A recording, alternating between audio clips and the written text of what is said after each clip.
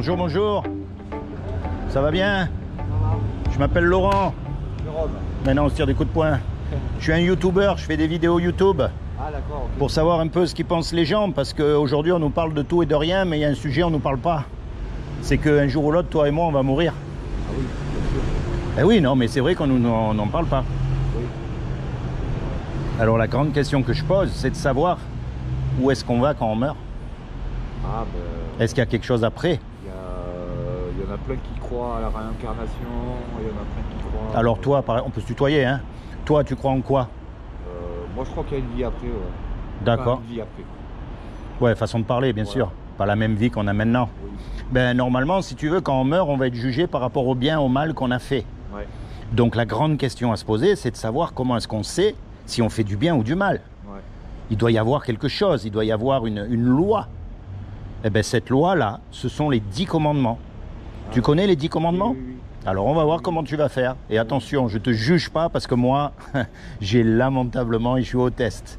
D'accord? Il y a un commandement, il dit, tu ne mentiras pas. Oui. Est-ce que tu as déjà menti? Oui. Comment on appelle quelqu'un qui a menti? Un menteur. Un menteur. Il y a un commandement, il dit, tu voleras pas. Est-ce que tu as déjà pris quelque chose qui n'est pas à toi? Non. Peu importe la valeur. Non, non. Non. Eh, tu viens d'admettre que tu es un menteur, tu crois que je vais te croire?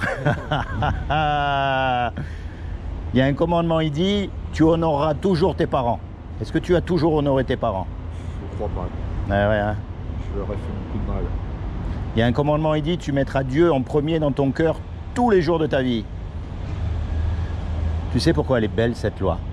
Parce qu'elle nous montre, un, qu'on est tous pareils. On n'a pas le droit de se juger les uns les autres.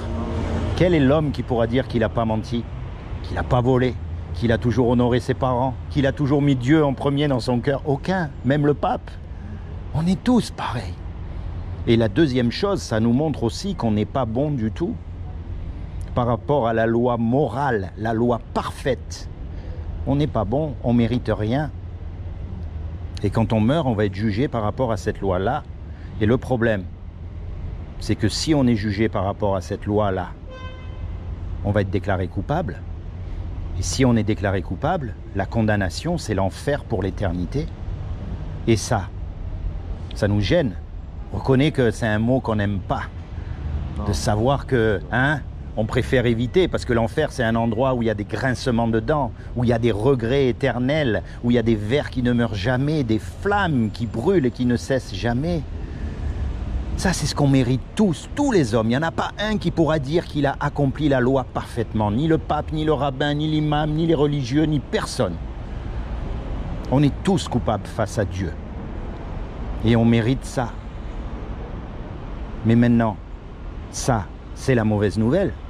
Mais il y a une bonne nouvelle dans l'histoire. C'est que c'est Dieu qui nous a fait.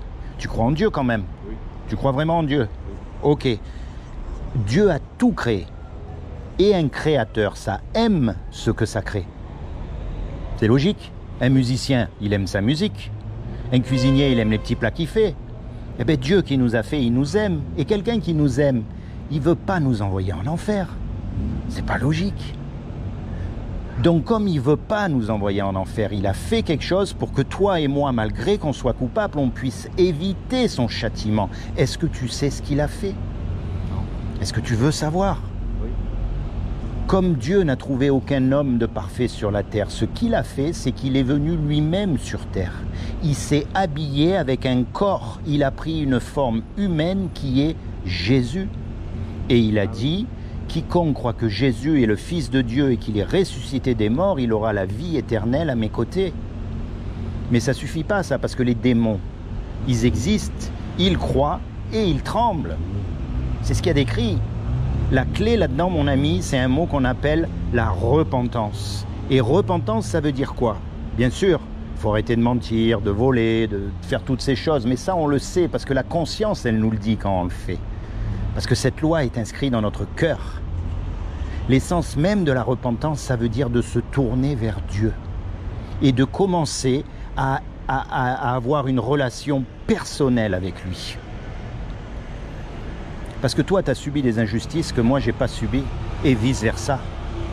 Tu as eu des joies aussi que je n'ai pas eues, et vice-versa. On a chacun une vie. Dieu n'est pas religieux. Parce que la religion, c'est quoi? Tout le monde fait pareil, tout le monde pense pareil, tout le monde prie à la même heure. Et si tu n'es pas d'accord avec eux, ils te regardent de travers, ils te chassent et il y en a même qui te tuent. On est bien d'accord? Mais Dieu ne nous a pas fait des religieux puisqu'il nous a tous fait uniques. Donc ce qu'il veut, c'est une relation unique avec toi. Pour marcher avec toi tous les jours de ta vie. Et tout ce que tu as à faire, c'est à te tourner vers lui et à commencer à lui parler. Simple. Quand Jésus est mort à la croix, lui qui est Dieu sur terre, il est parfait. Eh bien en fait, il est mort à ta place et à ma place.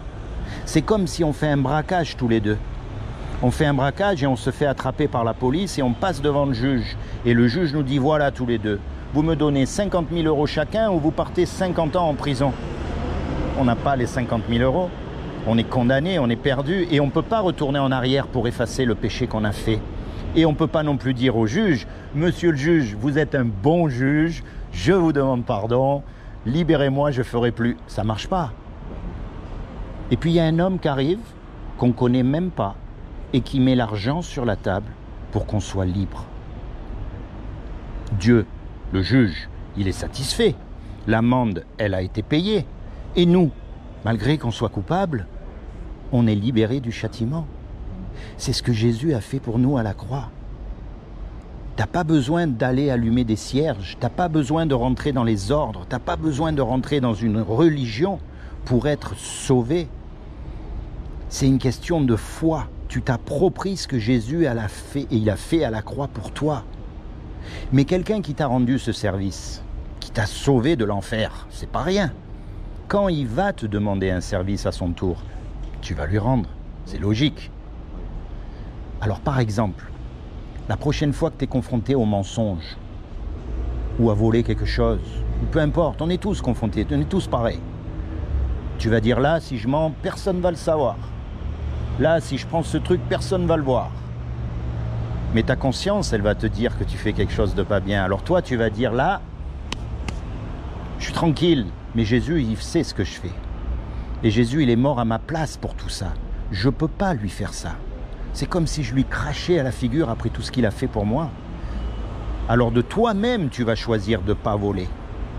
C'est pas quelqu'un qui te dit fais pas ci, fais pas ça, fais pas ci, fais pas ça. Non, c'est de toi-même, par conscience envers Dieu, qui prend les bonnes décisions et qui fait ce que tu dois faire. Maintenant, si jamais tu tombes, si jamais tu mens, parce que des fois c'est tellement rapide le mensonge, il faut être réaliste, hein, des fois c'est tellement... Si tu tombes sincèrement et que tu demandes pardon, Dieu te pardonne. C'est comme un petit garçon qui apprend à marcher. Il apprend à marcher. Il tombe. Qu'est-ce que tu fais? Tu l'écrases ou tu le relèves? Tu le relèves. Et s'il tombe 10 fois, tu le relèves 10 fois. Eh bien Dieu, c'est comme ça avec nous. Il voit que sincèrement, on veut le suivre, mais il nous arrive de tomber. Eh bien, on lui demande pardon et il nous relève, parce que c'est sincère. Maintenant, il y a une différence entre tomber et se vautrer. Parce qu'il y en a aussi qui disent « Oh, moi, de toute façon, j'ai choisi Jésus comme mon sauveur, je risque rien, donc je peux mentir, je peux voler, je peux... » Non, ça ne marche pas, ça. Il faut que ce soit sincère. Tu comprends l'histoire, mon ami? Alors profite maintenant que tu es tout seul. Profite là, pas comme les hypocrites, tu sais, qui vont à l'église le dimanche, qui chantent Alléluia, qui sont bien habillés, mais le mardi, ils ont oublié qu'ils sont allés à l'église et ils continuent à se conduire comme les gens du monde. Non, quand tu es tout seul, pas comme les hypocrites, c'est là que tu parles à Dieu. Et des fois, tu sais, tu n'as même pas besoin de parler. Il comprend ce que tu as dans ton cœur. Mais l'important, c'est que tu commences à avoir cette relation avec lui. Et le jour où tu prends cette décision d'accepter ce que Jésus a fait pour toi à la croix, tu seras sauvé. Tu peux avoir l'assurance que tu es sauvé et que tu n'iras pas en enfer, mais que tu iras au paradis avec lui. Et tu n'as rien à faire.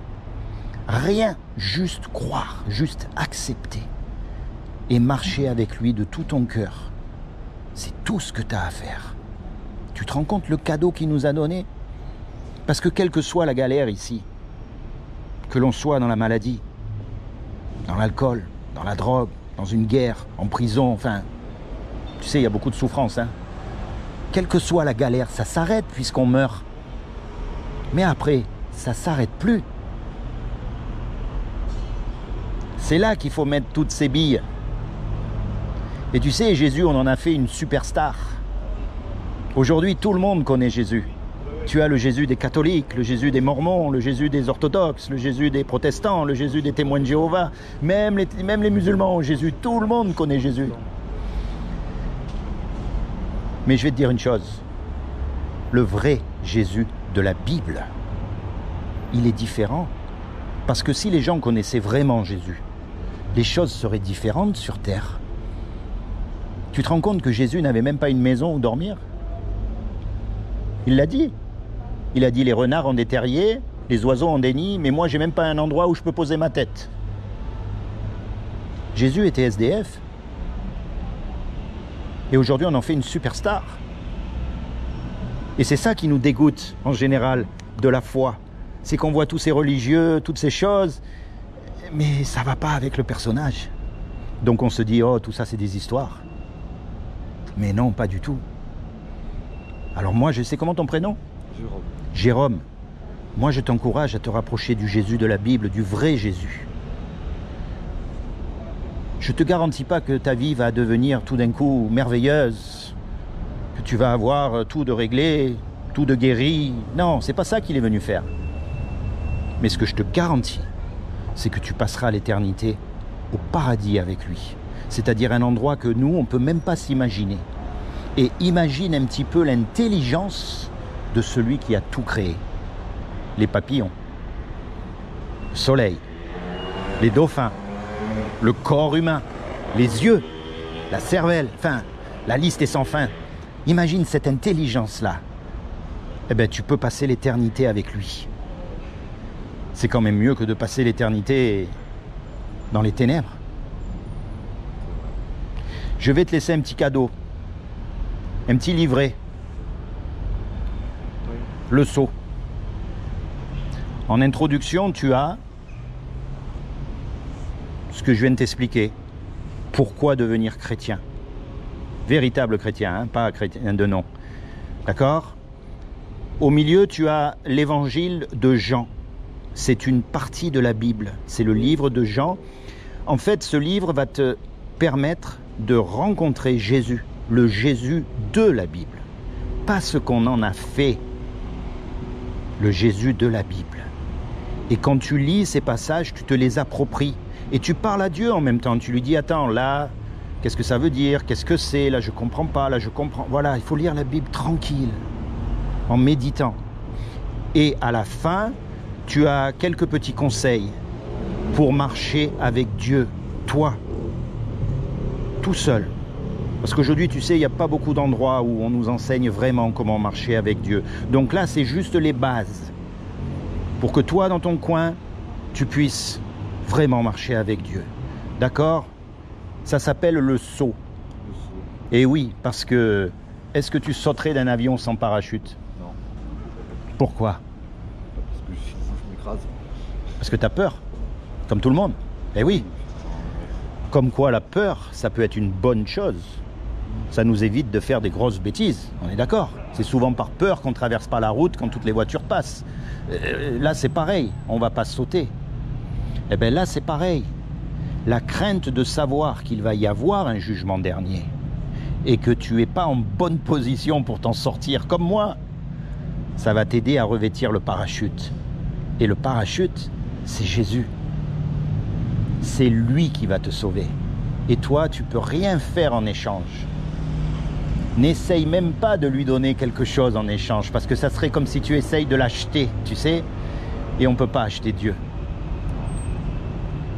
Jérôme, sois béni. Je demande au Seigneur vraiment qu'il te bénisse, qu'il t'accorde le désir de ton cœur, qu'il se révèle à toi comme ton Seigneur et ton Sauveur, et plus que tout, qu'il te permette de rentrer dans ta destinée éternelle. D'accord? Et je demande aussi qu'il intervienne dans ta situation. Qu'il intervienne. Je ne sais pas comment.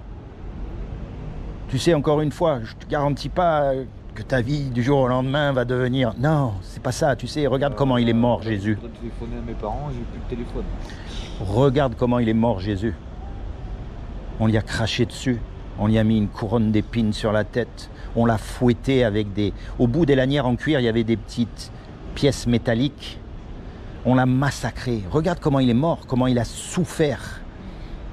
Il n'est pas venu ici pour rouler en Rolls-Royce, pour avoir un super appart, pour être une superstar. Regarde à Jésus. Regarde comment il a souffert. Et tu verras que tes souffrances à toi, par rapport à ses souffrances à lui, elles sont légères. Le plus tu regardes à Jésus, et le moins tu vas regarder à tes problèmes, à toi-même, à ta situation. Il faut regarder à Jésus, comment il a vécu. Et c'est pour ça que ce livre est important. Pas ce qu'on te raconte, mais de toi-même tu vas pouvoir lire. Il a souffert pour moi. On l'a fouetté, on l'a battu, on lui a fait porter une poutre en bois qui était beaucoup plus lourde. Enfin, on l'a écrasé, on l'a massacré cet homme. Et pourtant, qu'est-ce qu'il a fait? Que du bien autour de lui. Et qui c'est qui a fait ça? Ce sont les religieux de l'époque. Et aujourd'hui, qui c'est qui nous dégoûte de Dieu? Ce sont les religieux d'aujourd'hui. Rien n'a changé, tout est pareil sous le soleil. Il n'y a rien de nouveau. Tu vois? Sois béni, Jérôme.